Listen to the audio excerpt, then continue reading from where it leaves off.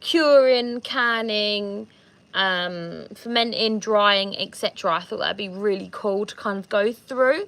So I've got a ton that is being cured and stuff like that, and I'll show you. I've got a ton of onions. That's a small one. Look at the size of this bad boy. Honestly, look. It's like, this is one of the small ones as well. It's like the size of my head. And I'm just getting these ready for my vegetable stores, as you can see. I've got more that I'm going to be doing. I'm kind of getting into the process. Thank you. I'm getting the process of I'm putting my potatoes away. So those are going into what I call long-term storage.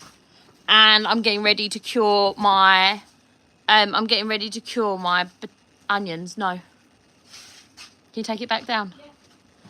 Sorry about that. Wi-Fi. Wi-Fi is such an issue. Let me just turn it onto my mobile Wi-Fi. I forget to do that. There we go. So yeah, I've got a ton of stuff that I'm going to still be doing. Like, I've got all these calendula flowers that need to be dried, and I've got a few that I have dried. My dehumidifier, which that I use here, it just runs almost the whole of summer pretty much, and I just add to it like this.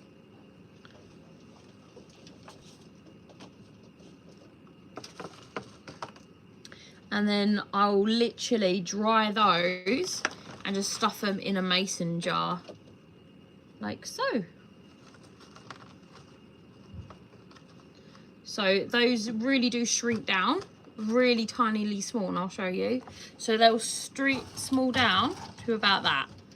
So, and I just run it on its lowest setting. You can you can do it without a dehumidifier, but I find that they can mold, and it's honestly just not worth it.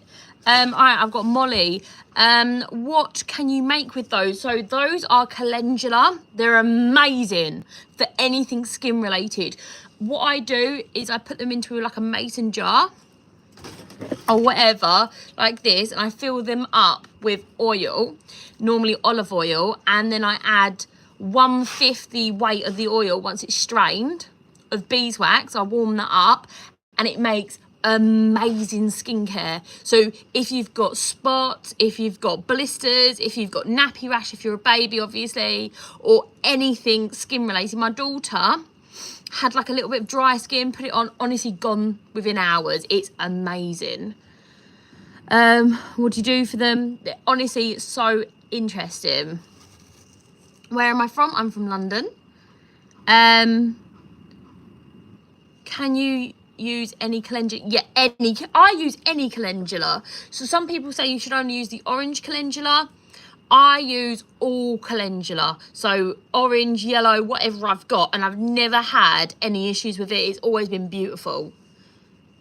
Yes, I did do a video on it. I did on I'm big for calendula. I am starting to dabble into things like this is plantain, but I'm just starting to get into that sort of thing. So where do I buy them from? No, I grow calendula. If you grow calendula, you'll always have a lifetime supply. I've actually pulled out a ton of calendula, but I will show you how much calendula I got from 3 plants. 3 plants I've grown. I've got 2 of these, and then you saw how much I've got already. Look, 2 of these I've grown, so that's way enough for a year's worth. And I also have, I'll show you because I don't really show this area very often, so I shall show you. I also have other herbs that I've saved. I'm kind of getting into herbs and herbal things. This one I've just started getting into. It's nasturtium flowers.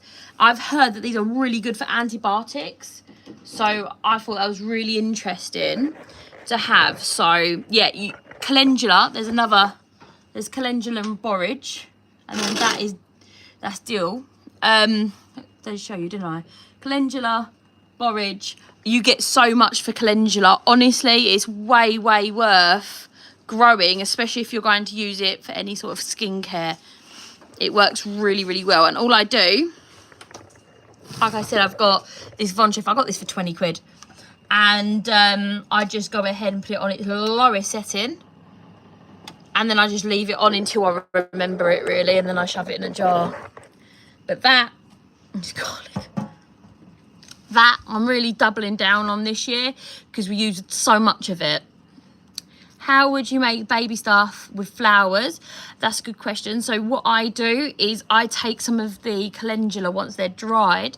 I just pop it into some olive oil. I just use cooking olive oil and I leave it there for up to 8 weeks. I try to get it up to 8 weeks anyway. And I mix it, I heat it up with 1/5 of the weight of oil. And then let it set. I do have a video on it though on my channel if you search for it.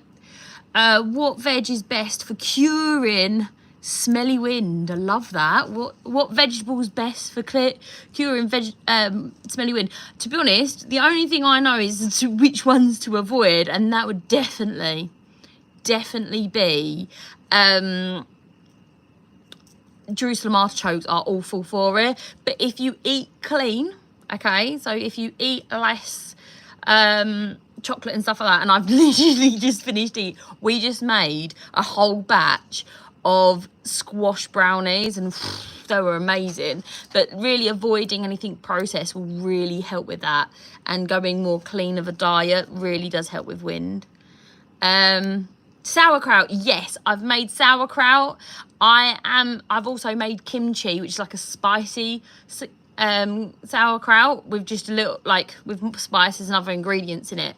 It's super easy to make. If you've never tried fermenting, it's not as scary as you think. Just sterilize everything, wash your hands, and it's the same as cooking. Just everything needs to be clean, and then just literally chop up your cabbage.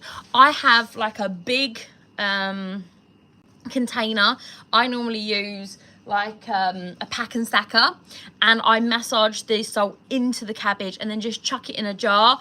I use one of these clip top jars, and if you take off the rubber seal, it's no longer airtight, so it won't vac seal. That's the issue you have, is they vac seal and they're really difficult to open, or they can explode. I've never had one explode before and I've forgotten about them, but that doesn't mean it won't happen to you.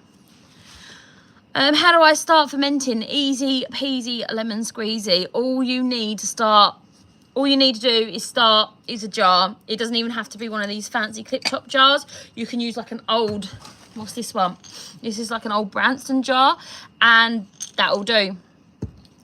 You just literally put your vegetables in, and it is certain amount of salt per, I think it's like 2 tablespoons per cabbage. But what I do is I try it, and if it's really salty, then it's absolutely fine, but you might want to weigh it if you're just starting out.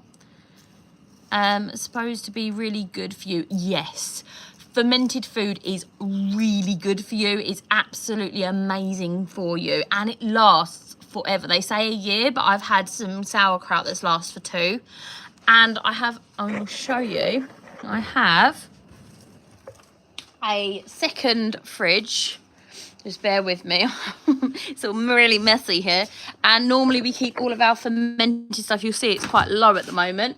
We've just got potatoes in there at the moment, but we normally have fermented stuff in here, just jams at the moment, and they last absolutely forever in the fridge. You just pop it on and that's it. Best pickle recipe. I like a sweet pickle. We have some pickles over here. Aha, they are still here. So look, we've got one more jar of pickles over there, absolutely massive jar, and those sweet pickles.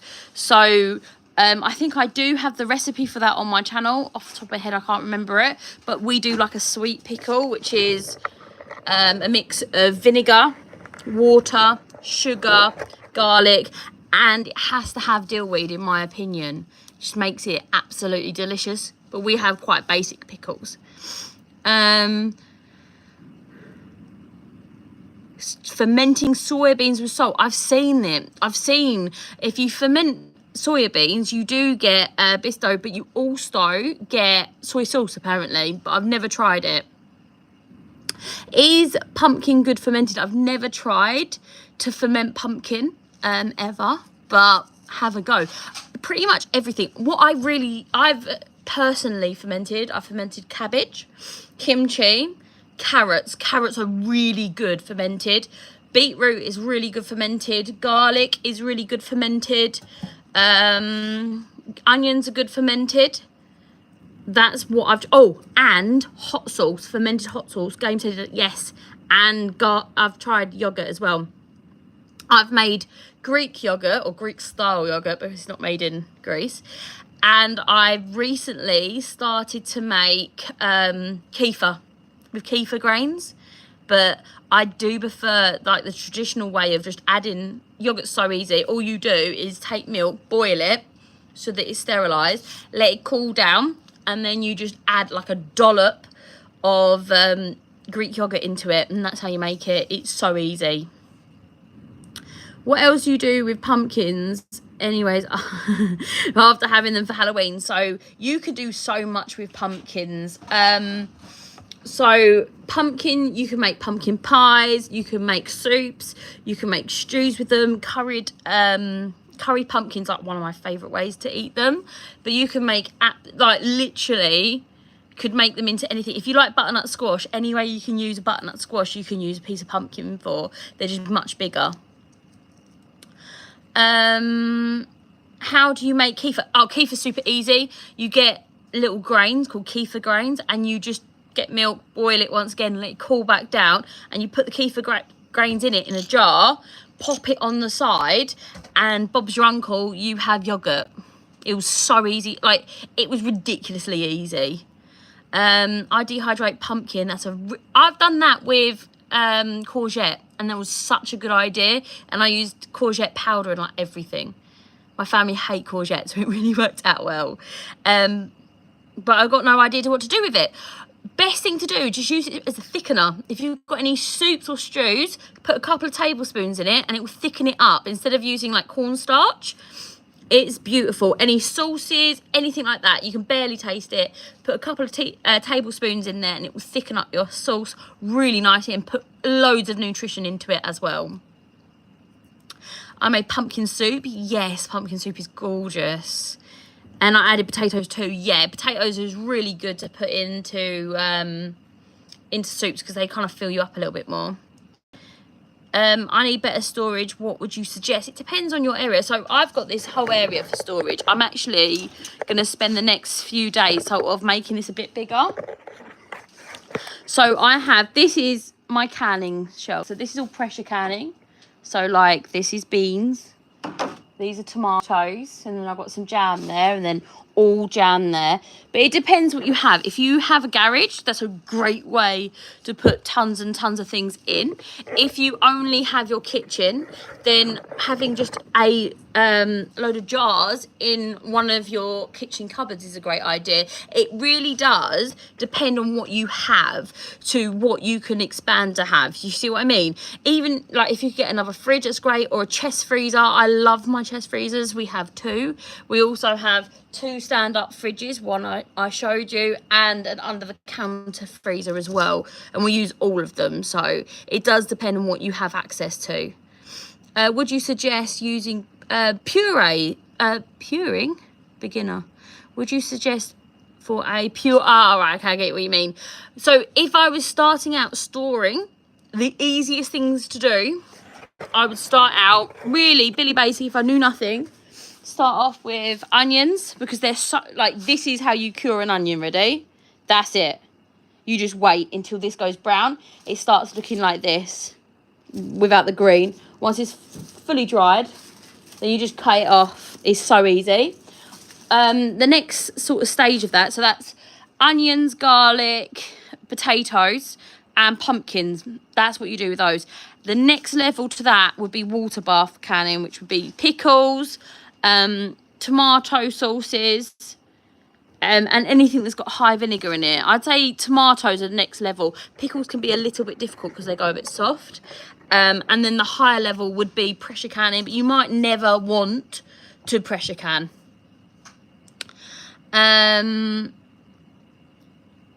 I made pumpkin. Oh, I think I've just accidentally scrolled up.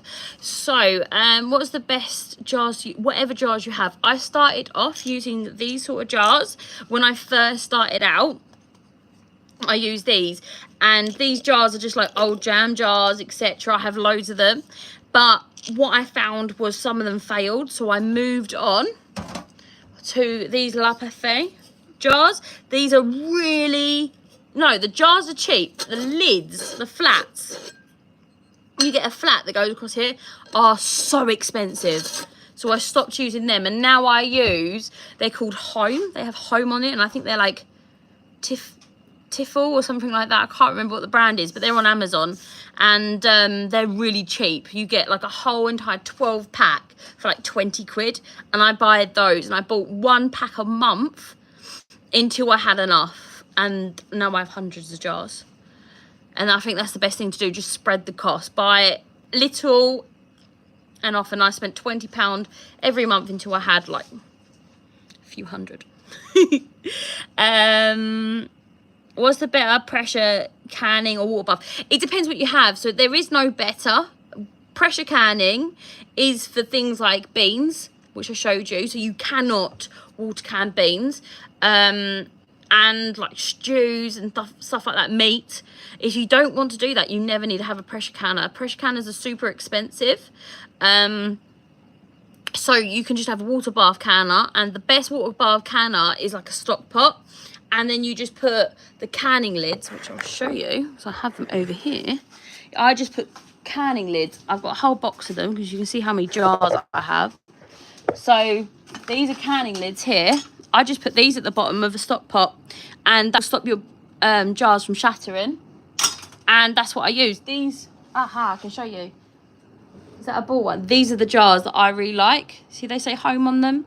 And I think that these are even better than ball canning ones, because I've used ball canning and I've shattered ball canning. I prefer the wide mouth ones because then you can just store anything in there. But I've used these for absolute years now. That's the ball one. And I've had more ball ones shatter than the Home ones. I don't think I've ever, don't quote me on this, but I don't think I've ever shattered one. That you'll probably find a video where I've said, oh, I've broken one. But I don't remember. I've broken so many ball ones, old-fashioned ones. I've never broken a La Parfait one either. They're really thick. But I've broken old-fashioned and I've broken ball, multiple. Can I talk you through water bath canning? Yes, I can. Water bath canning, let's talk tomatoes because they're the easiest thing to do. If you want to water bath can a tomato, the easiest way you can do it, chop it up, put a teaspoon of citric acid in there, and then literally all you're doing is put it in the water for about 20 minutes and it's done. And as long as that, you can't do that, it will vac down. I'm going to show you. It will vac down and it will completely seal, and it will be completely, utterly sterile. I've been canning for 10 years. I've only had 1 jar fail, and it stank. So as you can see that, you can't hear that like tip tip noise. That means this has been sealed. And as long as that is okay, you don't see any mold, they're absolutely fine to eat. So that's like the golden rule. I really like the Hobby Craft jars. I think I've tried those. I can't remember what they say on them though. Can you replace the lids from Love Jars? Yes, you can buy them. I bought them online. They are expensive though. I get them where they're 3 for 2. That's worth it then. Excellent portion of soup. Yeah, it is. They are bigger. These jars are bigger. They're 500ml compared to the pint, which is like 490ml. I can't remember what exactly it is. Yes, so I'll put a link for the jars on my community page after this. Sheridan, you'll have to text and remind me. How did you first get into all of this? Oh my goodness. So I grew up gardening with my grandma, my dad's mum, and she had this vegetable garden, and she used to make jams and pickles and things like that. I just have this memory of her making green tomato chutney. Like, it stank out the whole house, and I was the sort of kid that like really tried to ignore and not help my grandma. I was not a very nice kid, obviously, and it kind of stuck with me in the back of my mind. And when I moved into this house years and years ago, I decided to go on like a sabbatical because I was doing my degree and working full-time. And when that happened, I was like, oh, I'm going to start a garden so that we can afford, you know, to reduce the food bill. And ever since then, it's been absolutely every day. Before that, I did do a little, but I was in a flat before this, so I like had 1 or 2 tomato plants, but nothing to this level. How long does it take to canning? It depends what you are canning. It can take anything from 20 minutes to an hour and a half. So pressure canning I feel like pressure canning is faster, but it's also, you have to like constantly watch it. It would be better if you have like a gas hob, because the what's it called? The electric ones that I have turns itself off, so it's a bit rubbish. Thank you so much. I believe in you. Thank you so much. So yeah, so there are people that use their ovens for canning. I've never done that, but if you go onto the La Parfait website, which is French, then you can see there's a ton of different canning in the oven techniques. It is really frowned upon in America, I know. They really dislike it because I cannot remember what they're called, but they have a government body that tests all of their recipes. They don't allow it. But here in the UK and in France, we have our own sort of way of canning, and there is absolutely tons of recipes, and I do need to try some of those, particularly the treacle pudding ones, because they sound amazing. Is there anything that you can't can vegetable wise? So there are. They say you can anything, right? But there's just some things that like are gross when you can them. So for me personally, I've canned. When you first get a canner, you can everything. Like, you'd can the cat if the cat didn't stay still, right? Joking. So I can chicken, and I put like fajita spice in it, and it tastes just like tuna. Like 100% tastes like tuna, which was really weird. I actually enjoyed it, but nobody else did. What else wouldn't I can again? Green tomato chutney. I didn't like, so I'll never can that again. And I just don't like the texture of canned meat. And if you've eaten canned meat, it's got the same texture. It's like spongy almost. It's just a weird texture. So they're my personal preferences, but some people say as well that you can't can like cauliflower, but I mean piccalilli is lovely, so I think pressure canning it would not be a good thing to do. Say hello. What is canning? Oh, that's a very good question. It is like pepperoni. So canning is sometimes called jarring. It's where you put a product in a jar and you put a lid on it and you put it into water and you boil the jar so that it becomes sterile. You often see it in the supermarket.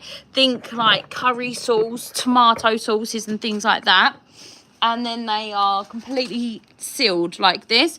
When you do it at home, you do it in a two-part lid like this. And so this would be like an example of a pressure can jar. What fruit can you can or ferment? So you can make, and the name of it has just disappeared out my head, but I've made it for my mum, and basically it's like a fermented plum, and it will come back to me, but it's just sugar and plums, basically. That's what I did, and it becomes like an alcoholic beverage, and I gave it to my mum and she used mixers and stuff in it, and it's a really nice like fermented sort of flavour to it. Remember, wine, beer, etc. are all fermented drinks, aren't they? What else can you do for fruit wise would be like canning, and it's all water bath by canning. Say like tin peaches or orange segments. You could do so much jams, and it's just putting it in sugar syrup. Can I can chili con carne? You can can chili con carne. I've done it before. If you're going to put meat in it, it does need to be pressure canned. If you don't want to put meat in it, then you can do it water bath style. But that's so different. If it has meat in it, you do have to. You have to pressure can it, or you'll get botulism, and that's like, well, not something to be really worried about, but it's something to be nervous about, especially if you're eating products that, you know, aren't sealing properly. But you honestly, like, you'll be able to smell it as soon as you go into your garage. You'll be like, wow, something smells really gross. Like, it is really bad. And that's why you don't leave the rings on top of your canning jars, so that they can pop off if they need to. What is the best thing you've ever canned? Tomatoes.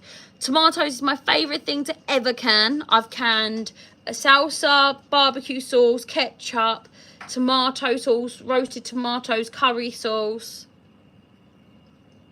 Probably something else as well that I can't remember.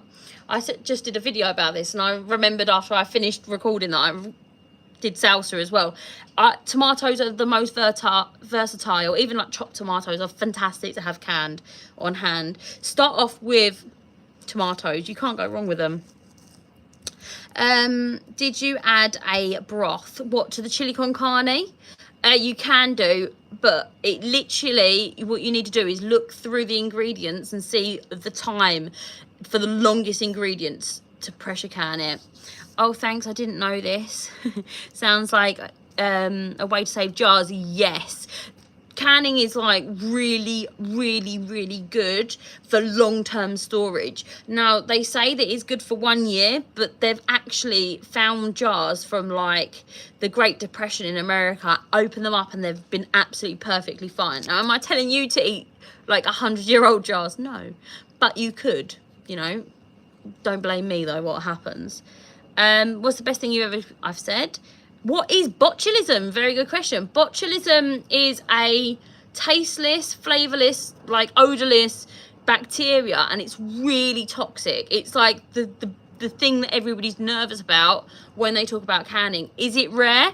It's incredibly rare, and the last few cases has come from shop bought things, not home produce stuff. But it is something that you should like bear in mind. That's why people say make sure you wash your hands, wash your jars, make sure that you use the correct timings. But before you get botulism, you will notice that your can lids will do this. So, do you dehydrate tomatoes? If so, how do you store them? Dehydrated tomatoes, super easy. I dry them until they're crispy. I blend them up in like a spice grinder, and then I just put them in a normal jar, leave them in my house because it's a bit damp in here, and I use them the same as I was saying about the pumpkin powder, just a couple of tablespoons in anything I'm making just to thicken it up, and you basically use it like tomato puree. It's really good. It hydrates super quickly. But yeah, just store it in there. I use a what's it called, oxygen absorber. Just chuck one of those in there. You could buy a massive bag of them off of Amazon. I can and cans. Well, that is a tongue twister, that one. If I can. Yes, you can. If you can. I love that. Oh, I'm a little bit below, sorry. If I studied the nursing degree for the last 3 years, and preserving has meant we've eaten really well. Yes, that's an amazing story. So that's exactly what I did when I was at uni. I got into canning and stuff like that. So we eat so much better than if we had to buy all the food. It's awesome. What things can you dry? You can dry pretty much anything. I've made jerky from deer meat. I've made obviously flowers. So like just happens to be here, I've got See the calendula that I've spoken about. I've got some of this. This makes wonderful, relaxing bath salts. That's lavender. I love lavender. I'm about to cut all my lavender down and dry some of it as well. You can dry apple slices. They are addictive. You can do pineapple. That's a big favourite in our house. We love pineapple. You could dry garlic, onions, you name it. Anything you can get on the shop you can dry. It's very easy to do. All you do is put it into a dehydrator and wait. How do you dry them? Literally just chop them up and put them in a dehydrator, or you can use an air fryer if it's got a dehydrate option on it. My one does. Or you can use an oven just with a spoon in the top, set about 60 so it can dry off. That's how I made my fruit leather. It's a really great way of getting, like, using up loads of fruit that you get. How do I make bath salts? The same way as I did the calendula. I take the lavender, I put it into olive oil, I leave it to seep for about 6 weeks, and then I go ahead and mix it with some Epsom salts, and then it makes this really great sort of texture that you just chuck into the bath. You just need to be a little bit careful if you're male, because they do interfere a little bit with male hormones if you use a lot of it.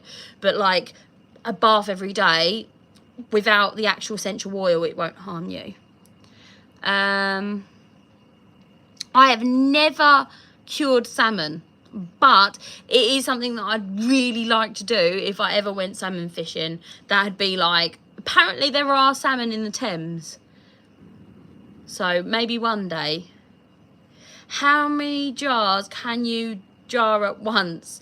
So it really does depend on how big your canner is. So I think my one, I can do 12 pints at one time. That's off the top of my head, but it is a new one. It's like 27 quarts, so it might be a bit more than that. So it will tell you on the side of the canner. You have to think about how you can. Me, I can in bulk, so I don't do little drips and drabs of canning. I like to do huge canning days. So if you're like me, then it's worth you getting a big canner.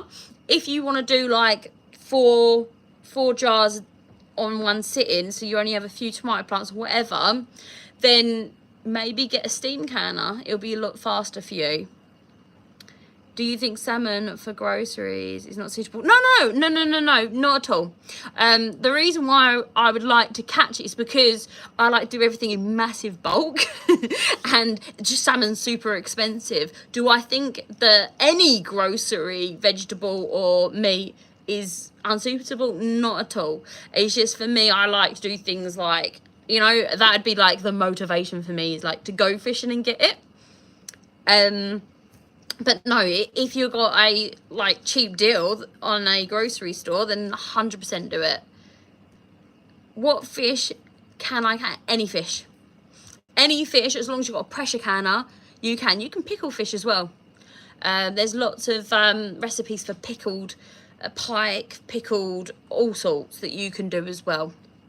Right, guys, it is now half an hour is gone. Thank you so much for joining me today, and I will see you next Friday. Thanks, guys. Bye. Bye. Oh, one more. Can you can gravy? Yes, you can. No, it wouldn't go weird. As long as it's not shop bought gravy with a thickener in it, you'll be absolute fine. See you later. Bye. Bye.